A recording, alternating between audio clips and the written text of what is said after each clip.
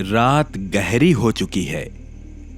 शहर की हलचल धीरे धीरे थम रही है, लेकिन आसमान अब भी जिंदा है।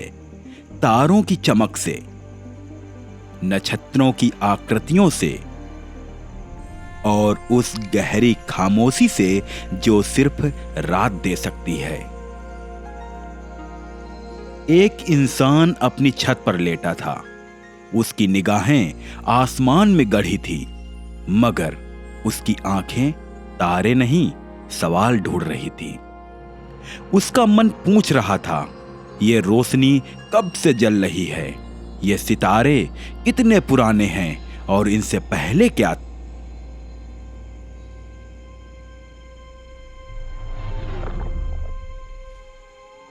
ये सवाल नया नहीं है। हजारों साल पहले जब आदिमानव आग के पास बैठकर आकाश को देखता था, तब भी उसकी आंखों में यही जिज्ञासा होती थी।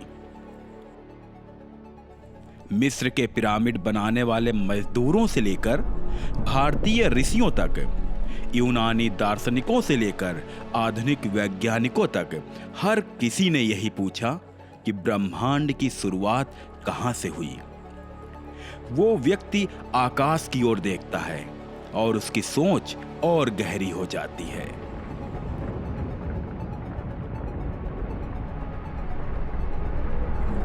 तारे स्थिर लगते हैं, पर असल में वो सब दूर जा रहे हैं, धीरे धीरे लेकिन लगातार। मानो आसमान की पूरी बनावट फैल रही हो। वो सोचता है, अगर सब दूर जा रहा है तो कभी न कभी ये सब पास भी रहा होगा, शायद एक ही जगह। उसकी कल्पना में आसमान अचानक सिकुड़ने लगता है। गैलेक्सीज पास आती हैं, तारे एक दूसरे में समा जाते हैं, सब कुछ सिमट कर एक चमकते हुए बिंदु में बदल जाता है। और तभी उसके जहन में सबसे बड़ा सवाल उभरता है कि अगर पूरा ब्रह्मांड एक बिंदु से निकला, तो उस बिंदु से पहले क्या था? रात गहरी होती चली गई। हवा ठंडी थी, पर उसके भीतर विचारों की आंधियां उठ चुकी थीं। सन्नाटा था, लेकिन उस सन्नाटे में मानो पूरा ब्रह्मांड बोल रहा था।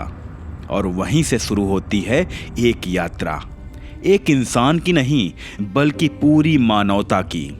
जिज्ञासा की यात्रा, उत्तर की तलाश की यात्रा, और उस सबसे बड़े रहस्य की ओर पहला कदम, बिग बैंग से पहले क्या था।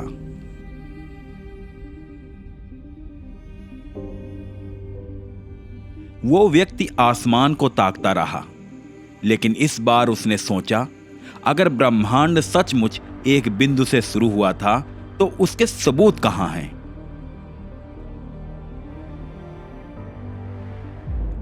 यह सवाल नया नहीं था। 20वीं सदी के शुरुआत में वैज्ञानिक भी इसी उलझन में थे।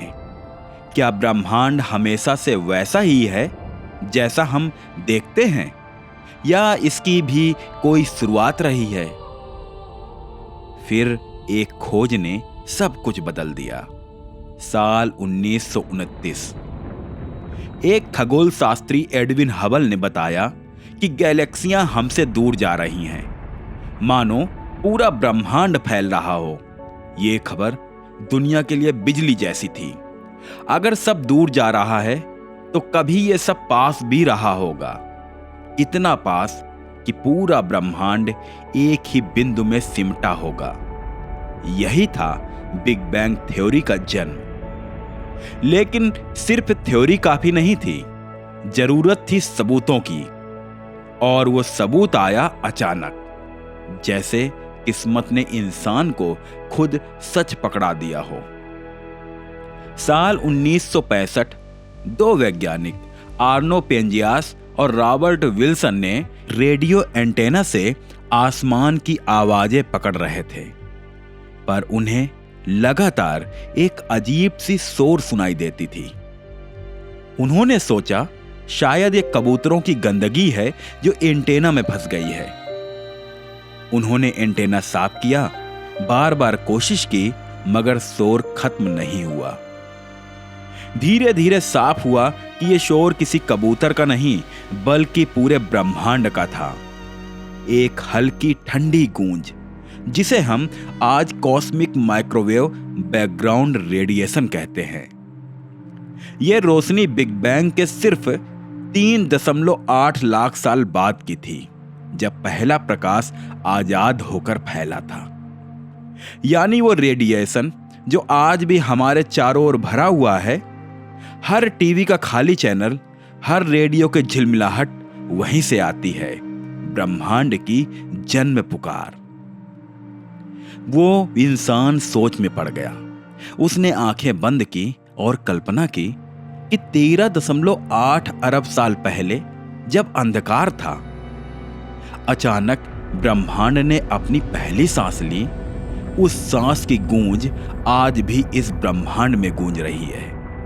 हर तारे, हर गैलेक्सी और हर इंसान को यह याद दिलाते हुए कि हम सब एक ही विस्फोट की संतान हैं।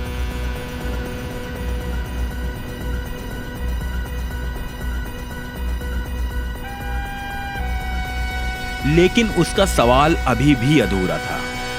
अगर यह गूंज बिग बैंग की थी, तो उस विस्फोट से पहले क्या था? क्या वहां खालीपन था? क्या वहां शून्य था, या फिर कुछ और?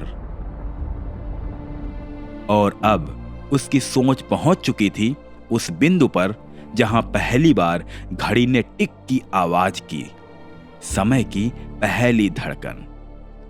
वो व्यक्ति अब और गहरे विचारों में उतर चुका था। उसके सामने आसमान था, तारे थे और उनके बीच की अनंत खामोशी।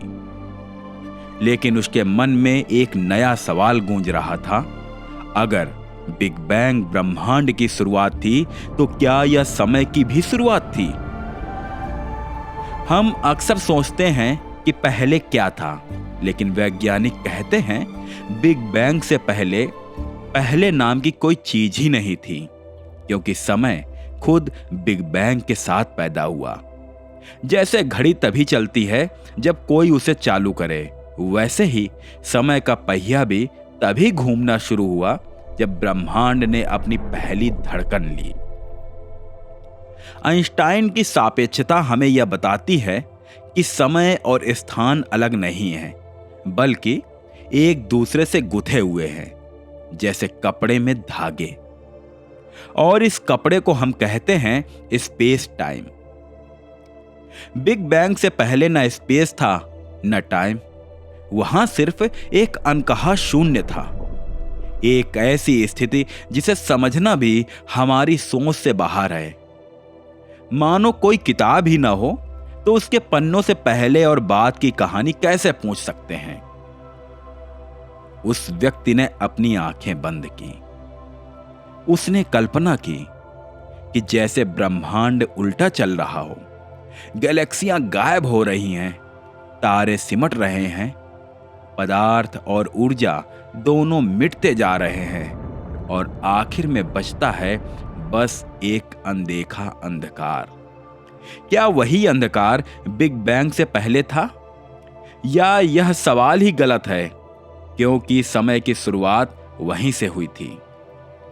उसका दिल तेजी से धड़कने लगा, क्योंकि यह विचार बेहद अजीब था। समय का भी कोई जन्म हो सकता है? वो सोचता है, अगर समय शुरू हुआ तो एक दिन यह खत्म भी हो सकता है। अगर घड़ी चल सकती है तो रुक भी सकती है। तो क्या ब्रह्मांड भी एक दिन अपनी आखिरी सांस लेगा? यह विचार उसे हिला देता है, क्योंकि अब उसकी जिज्ञासा सिर्फ अतीत में नहीं, भविष्य में भी झांकने लगी है। रात का आकाश वही था, लेकिन अब वो उसे अलग लग रहा था। हर तारा, हर रोशनी मानो उस शून्य से जन्मी हो जहां समय की घड़ी अभी अभी शुरू हुई थी, और यहीं से खुलता है नया द्वार, ब्रह्मांड का फैलाव। उस व्यक्ति की आंखें आसमान पर जमी थी। तारों की भीड़ उसे पहले स्थिर लगती थी, जैसे किसी ने आकाश पर लाखों दीप जला दिए हों। लेकिन विज्ञान कहता है ये तारे, ये गैलेक्सियां सब एक पल के लिए भी स्थिर नहीं। ये सब लगातार दूर जा रहे हैं, धीरे धीरे पर लगातार। सदी भर पहले किसी ने पहली बार यह सच्चाई देखी थी और उसका नाम था एडविन हबल। उसने पाया कि दूर दराज की गैलेक्सियां हमसे दूर भाग रही हैं। उनकी रोशनी लाल रंग की ओर खिसक रही हैं। इसे कहते हैं रेड शिफ्ट। यह ऐसा ही था जैसे किसी संगीत की धुन दूर जाती है तो उसकी आवाज बदल जाती है। बस फर्क इतना था कि यहां ध्वनि नहीं बल्कि पूरी गैलेक्सी की रोशनी बदल रही थी। यह खोज किसी धमाके से कम नहीं थी, क्योंकि इसका मतलब साफ था, ब्रह्मांड फैल रहा है, हर दिशा में, हर पल और लगातार। वो व्यक्ति सोच में पड़ गया। अगर सब दूर जा रहा है तो एक समय ऐसा भी रहा होगा जब सब कुछ बहुत पास था, इतना पास कि पूरा ब्रह्मांड एक ही बिंदु में समाया हुआ था। मैं अपनी कल्पना में आसमान को सिकुड़ते हुए देखा। गैलेक्सियां पास आती हैं, तारे एक दूसरे से टकराकर समा जाते हैं, पदार्थ और ऊर्जा एक बिंदु पर जमा हो जाते हैं। वो बिंदु इतना छोटा कि उसे समझना लगभग असंभव, पर उसकी शक्ति इतनी अपार कि उसी से जन्म ले लिया इस अनंत ब्रह्मांड ने। उसका मन कांप उठा, क्योंकि अगर ब्रह्मांड फैल रहा है तो सवाल यह भी उठता है कितना फैलेगा। क्या यह हमेशा फैलता रहेगा या एक दिन रुककर सिकुड़ना शुरू कर देगा? उसकी आंखों में चमक थी, लेकिन उस चमक के पीछे डर भी था, क्योंकि अब वो समझ चुका था यह फैलाव ही हमारी किस्मत तय करेगा। या तो ब्रह्मांड ठंडे अंधेरे में खत्म होगा या सब कुछ एक दिन वापस सिमट जाएगा। रात गहरी हो रही थी, तारे वैसे ही चमक रहे थे, पर अब हर टिमटिमाहट में उसे एक चेतावनी सुनाई दे रही थी। मानो आकाश कह रहा हो, मैं फैल रहा हूं और एक दिन या तो रुक जाऊंगा या खुद ही अपने भीतर समा जाऊंगा। और यही सवाल उसे ले गया अगले पड़ाव की ओर, ऊर्जा और पदार्थ की नृत्य कथा। आकाश अब उसे सिर्फ तारे नहीं दिखा रहा था, बल्कि मानो कोई अदृश्य नृत्य उसकी आंखों के सामने चल रहा हो। एक ऐसा नृत्य जो अरबों सालों से चलता आ रहा है, ऊर्जा और पदार्थों का नृत्य। बिग बैंग के तुरंत बाद कुछ भी वैसा नहीं था जैसा आज हम देखते हैं। न तारे, न ग्रह, न गैलेक्सियां, बस थी एक आग की समंदर जैसे स्थिति, बेहद गर्म, बेहद घनी, इतनी तेज कि किसी भी चीज को स्थिर रहने की इजाजत ना हो। वो व्यक्ति कल्पना करता है कि मानो पूरा ब्रह्मांड एक भट्ठी हो, जहां ऊर्जा लगातार उफान मार रही हो और उस उफान में अचानक छोटे छोटे बीज जन्म लेने लगे, पदार्थ के बीज।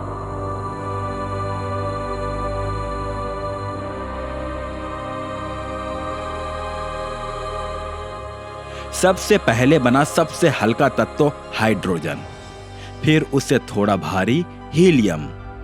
ये दोनों तत्व बने थे उस शुरुआती उफान से, और इन्हीं से आगे चलकर तारों की पहली पीढ़ी जली।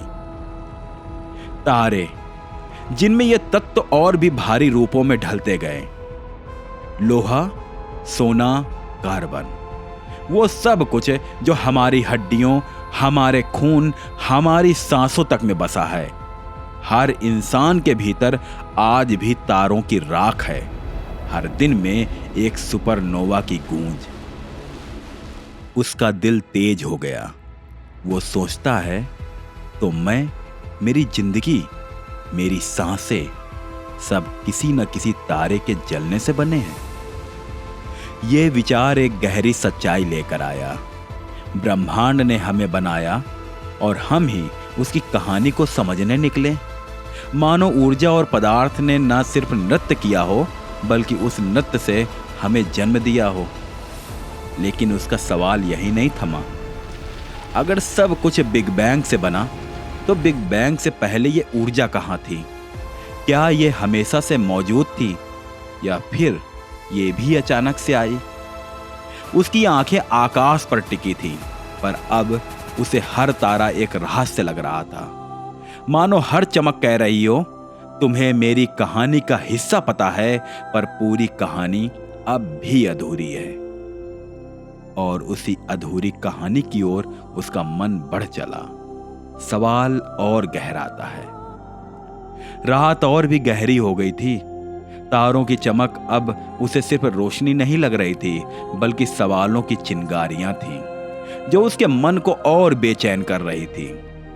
उसने सोचा, मैंने समझा कि ब्रह्मांड फैला, मैंने जाना कि ऊर्जा और पदार्थ ने मिलकर हमें बनाया, लेकिन असली सवाल अब भी वहीं खड़ा है।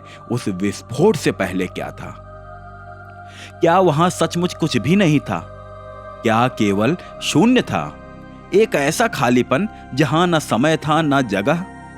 या फिर कहीं और कोई अदृश्य ब्रह्मांड था जो ढहकर इस ब्रह्मांड में बदल गया? उसकी कल्पना और भी आगे बढ़ी। वो सोचने लगा, क्या यह यूनिवर्स अकेला है या असंख्य ब्रह्मांड मौजूद हैं, जिनमें से हर एक का अपना जन्म और अंत होता है?